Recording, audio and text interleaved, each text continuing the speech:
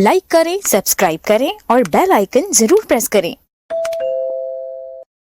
अस्सलाम वालेकुम, मैं हूं जवेरिया असगर और आपको डाक ऑफिशियल यूट्यूब चैनल पर खुशामदीद कहते हैं। हमारा ये चैनल डेयरी और पोल्ट्री सेक्टर से रिलेटेड बहुत सी इन्फॉर्मेशन आपको देता है। आज भी हम बात कर रहे हैं अपनी एक और प्रोडक्ट के बारे में, ज़िनप्रो के बारे में, जिसके लिए हमने इनवाइट किया है डॉक्टर ज़ईम को।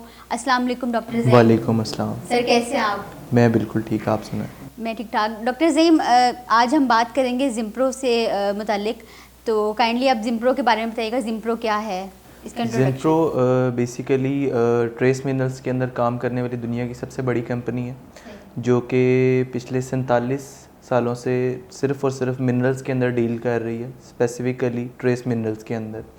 ज़िनप्रो वर्ल्ड लीडिंग ब्रांड है ट्रेस मिनरल कंपोजिशंस के अंदर। ज़िनप्रो के पास जो टेक्नोलॉजी है वो दुनिया में अभी तक किसी और के पास नहीं है। ज़िनप्रो की स्पेसिफाइड टेक्नोलॉजीज़ हैं और जो कि सिर्फ़ और सिर्फ ज़िनप्रो की पेटेंट टेक्नोलॉजीज़ हैं। तो ज़िनप्रो इसी वजह से अभी तक पूरी दुनिया के अंदर लीड कर रही है और ट्रेस मिनरल्स के अंदर ज़िनप्रो का अभी तक कोई मुकाबला नहीं है। डॉक्टर ज़ईम बताइएगा, ट्रेस मिनरल्स क्या होते हैं? ट्रेस मिनरल्स उन मिनरल्स को कहा जाता है जो कि बिल्कुल कम मिकदार के अंदर इस्तेमाल होते हैं, मगर ये ऐसे मिनरल्स हैं जिनको हम निगलेक्ट नहीं कर सकते। हमारे पास मिनरल की जो क्लासिफिकेशन है उसके अंदर मैक्रो मिनरल्स होते हैं और माइक्रो मिनरल्स होते हैं।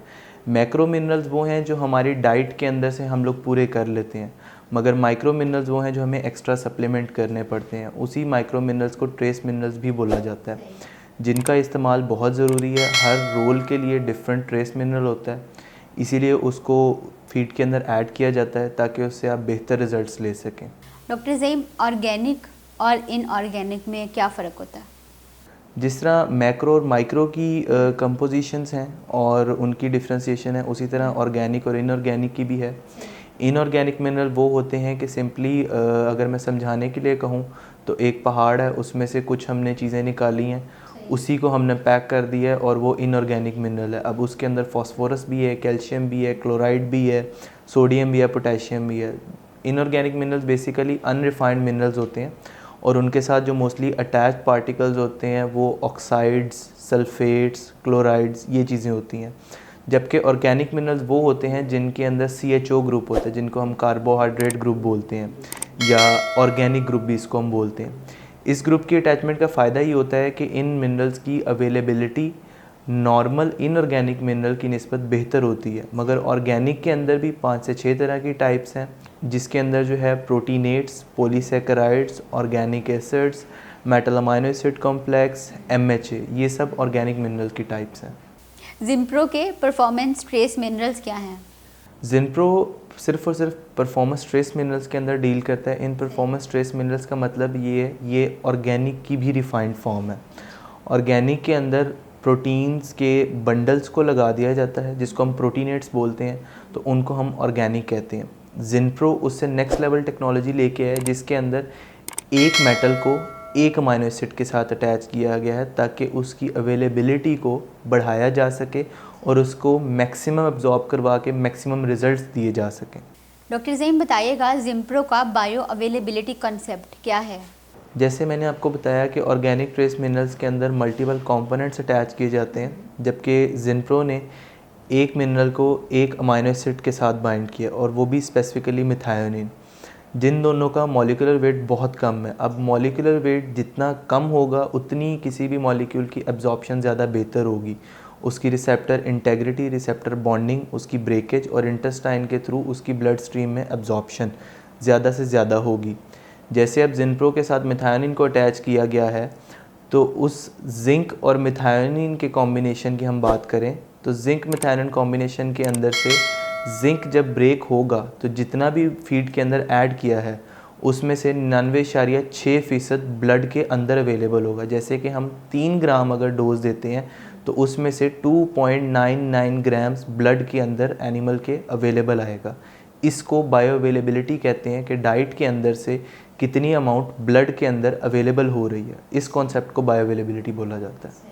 ज़िनप्रो मिनरल की मदद से लेमनेस को किस तरह से ख़त्म किया जा सकता है? हबस के मौसम के अंदर सबसे ज़्यादा मसला डेयरी फार्म्स के ऊपर लेमनेस का आता है। उसकी एक वजह ये है कि जब हम ज़्यादा वंडा या कंसनट्रेट डाइट जब देते हैं तो उसमें से मैक्सिमम एसिडोसिस होता है, जिसकी वजह से लेमनेस आती है। उस लेमनेस को रिकवर करने के लिए सिर्फ़ और सिर्फ सबसे ज़्यादा मेजर चीज़ जो इस्तेमाल करवानी चाहिए वो होती है जिंक। जिंक उस प्रॉब्लम के अंदर ऐसे करता है कि जहाँ पे लेम्ड स्कोर होता है, hoof integrity, hoof keratinisation, hoof layering, इसके अंदर सबसे ज़्यादा मेजर एंजाइम है जिंक। जिंक एंजाइम सिस्टम का सबसे बड़ा और मेजर कंपोनेंट है। जिंक एनिमल्स की बॉडी के अंदर 300 से ज़्यादा एंजाइम्स का हिस्सा है, इसीलिए जिंक को किंग ऑफ मिनरल्स बोला जाता है। जिंक की सप्लीमेंटेशन के लिए जिनप्रो की प्रोडक्ट है अवेला जिंक, जिसके अंदर 12% जिंक मौजूद है। कोई अभी तक ऐसी प्रोडक्ट नहीं है जिसके अंदर सिंगल जिंक हो और इतनी हाई परसेंटेज के अंदर हो।